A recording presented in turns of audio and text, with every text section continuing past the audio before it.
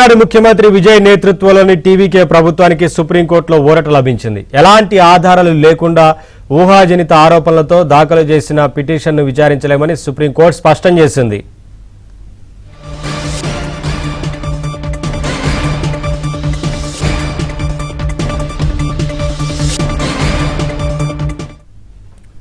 తమిళనాడు ముఖ్యమంత్రి విజయ్ నేతృత్వంలోని టీవీకే ప్రభుత్వానికి సుప్రీంకోర్టులో ఊరట లభించింది. ఎలాంటి ఆధారాలు లేకుండా ఊహాజనిత ఆరోపణలతో దాఖలు చేసిన పిటిషన్ను విచారించలేమని సుప్రీంకోర్టు స్పష్టం చేసింది. ఇదే అంశానికి సంబంధించి మరింత సమాచారం మా ఢిల్లీ బ్యూరో చీఫ్ కృష్ణ అందిస్తారు. కృష్ణ.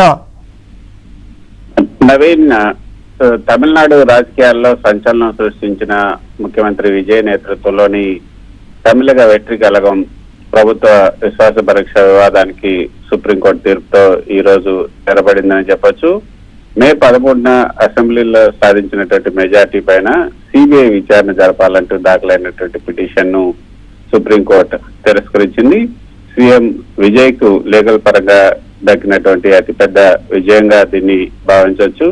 తమిళనాడు అసెంబ్లీలో సీఎం విజయ్ ప్రభుత్వం నెగ్గినటువంటి విశ్వాస పరీక్షలో భారీగా అవినీతి జరిగింది, ఎమ్మెల్యేల కొనుగోలు జరిగాయి, హార్స్ ట్రేడింగ్ జరిగిందని ఆరోపిస్తూ మదురైకి చెందినటువంటి సామాజిక కార్యకర్త కేకే రమేష్ సుప్రీంకోర్టును ఆశ్రయించారు.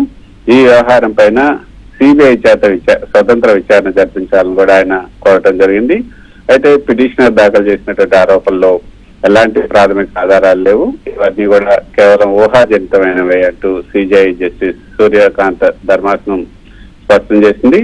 రికార్డుల్లో బలమైనటువంటి సాక్ష్యాలు లేకుండా కేవలం అస్పష్టమైన తీవ్రమైనటువంటి ఆరోపణల ఆధారంగా కోర్టులు దర్యాప్తునకు ఆదేశించలేవని కూడా తేల్చి చెప్పింది.